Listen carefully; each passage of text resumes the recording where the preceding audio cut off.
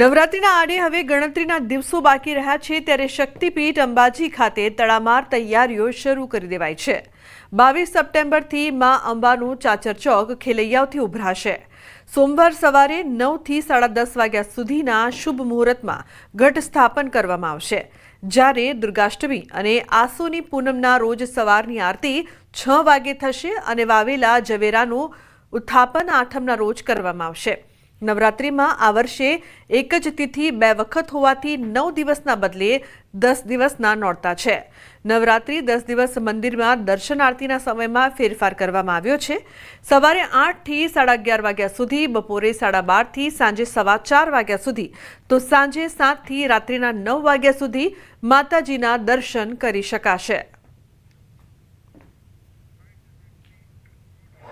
22 તારીખથી માતાજીના આસો મહિનાના નવરાત્ર ચાલુ થઈ રહ્યા છે। સવારે શુભ મુહૂર્તની અંદર 9:30 થી 10:30ની અંદર માતાજીના ઘટ સ્થાપના ઝવેરાનું સ્થાપના કરવામાં આવશે। સોમવારે સવારે આસો સુદ એકમના સોમવારે સવારે ઘટ સ્થાપન વિધિ મંદિરમાં ભટજી મહારાજ દ્વારા કરવામાં આવશે અને રાત્રે ચાચર ચોકમાં માના ચાચર ચોકમાં ગરબાનું આયોજન કરવામાં આવશે।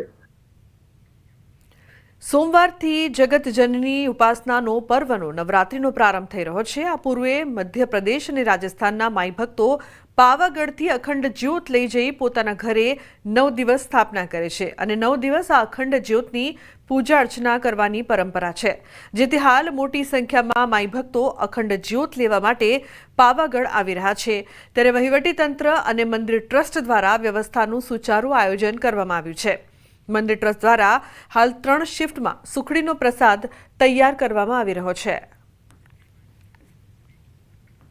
દૂર દૂરથી મધ્યપ્રદેશના અંતરિયાળ ગામોમાંથી, રાજસ્થાનના ખૂબ જ દૂરના ગામોમાંથી લોકો માતાજીની જ્યોત લેવા અહીંયા આવે અને નિર્વિઘ્ને એ લોકો જ્યોત લઈ એનું પૂજન કરી અને પોતાના ત્યાં પાછા ફરે એની વ્યવસ્થાઓ અમે ઊભી કરી। एमपी से आते, धार जिले से आते हैं और हर साल हम जोत ले जाते हैं। हमारे सभी जब से हमारा परिवार यहाँ माता जी का वो ले जाते हैं जोत, जब से हम ले जा रहे हैं और हम सब इनकी 9 दिन तक सेवा करते हैं। मध्य प्रदेश से आए, धार जिले से, एमपी से पूरी मंडली के साथ में आए अखंड ज्योत लेने के लिए। माता पावागढ़ वाली की 9 दिन तक अखंड ज्योत चलेगी माता रानी की। સોમવારથી પંચમહાલ જિલ્લાના પાવાગઢ ખાતે આવેલા શક્તિપીઠ ખાતે આસો નવરાત્રીને લઈને પ્રસાદને પહોંચી વળવા માટે મંદિર ટ્રસ્ટ દ્વારા સુચારું આયોજન કરવામાં આવ્યું છે। આપણે સીધા દ્રશ્યો બતાવી છે, આપ દ્રશ્યોમાં જોઈ શકો છો ગાયનું શુદ્ધ ઘી, ગોળ અને ઘઉંના લોટમાંથી સુખડીનો પ્રસાદ બનાવવામાં આવી રહ્યો છે। તમામ પ્રકારની જે તકેદારી રાખવામાં આવી રહી છે અને પ્રસાદ તૈયાર કરવામાં આવી રહ્યો છે। આપ દ્રશ્યોમાં જોઈ શકો છો અહીંયા જે તમામ પ્રસાદ બનાવતા કર્મચારીઓ છે તેઓ ગ્લોવ્સ, કેપ સહિતનો ઉપયોગ કરી રહ્યા છે। હાલની વાત કરવામાં આવે તો લાખોની સંખ્યામાં જે માઈ ભક્તો આવે છે, દરેક માઈ ભક્તોને પ્રસાદ મળી રહે માટે હજારોની સંખ્યામાં પ્રસાદના પેકેટો તૈયાર કરવામાં આવી રહ્યા છે। સાથે 3 શિફ્ટોમાં પ્રસાદની હાલ કામગીરી કરવામાં આવી રહી છે। હાલ જે પ્રસાદ સાથે સાથે પીવાના પાણી, આરોગ્ય સહિતની વ્યવસ્થા કરવામાં આવી છે। વહીવટીતંત્ર દ્વારા એસટી વિભાગે સુચારું આયોજન કરી અને 50 બસ એક્સ્ટ્રા બસોની સુવિધા કરવામાં આવી છે, જેથી જે આવનાર યાત્રાળુઓ છે તેઓને અગવડતા ના પડે એ પ્રકારનું ધ્યાન રાખવામાં આવી રહ્યું છે। સાથે જ માર્ગ, લાઇટ, પીવાના પાણી સહિતની જે તમામ તૈયારીઓ છે તેને હાલ આખરી ઓપ આપી દેવામાં આવ્યો છે। રાજેશ જોશી, ન્યૂઝ 18 ગુજરાતી, પાવાગઢ, પંચમહાલ। તો અમદાવાદના બોપલ બસંત બહાર દ્વારા નવરાત્રી પર્વની હર્ષોલ્લાસભેર ઉજવણી કરવાની તૈયારી થઈ ચૂકી છે। આ માટે પાસ લોન્ચિંગ ઇવેન્ટનું આયોજન કરાયું છે, જેમાં એસઆઈટીના એસપી ડોક્ટર શ્રુતિ મહેતાના હસ્તે લોકાર્પણ કરવામાં આવ્યું। આ પાસમાં ભાતીગઢ સંસ્કૃતિની ઝલક જોવા મળી। નવરાત્રી દરમિયાન મહિલાઓની સુરક્ષાને લઈને પોલીસ ટીમ તૈનાત રહેશે। સિંગર પણ ગરબાની રમઝટ બોલાવવા તૈયાર છે। ઉલ્લેખનીય છે કે નવરાત્રી પર્વની હર્ષોલ્લાસભેર ઉજવણી કરવામાં આવી રહી છે। ખાસ કરીને પોલીસની ટીમ પણ તૈનાત રહેશે। બોપલ બસંત બહાર દ્વારા આ ખાસ આયોજન પણ કરવામાં આવ્યું છે।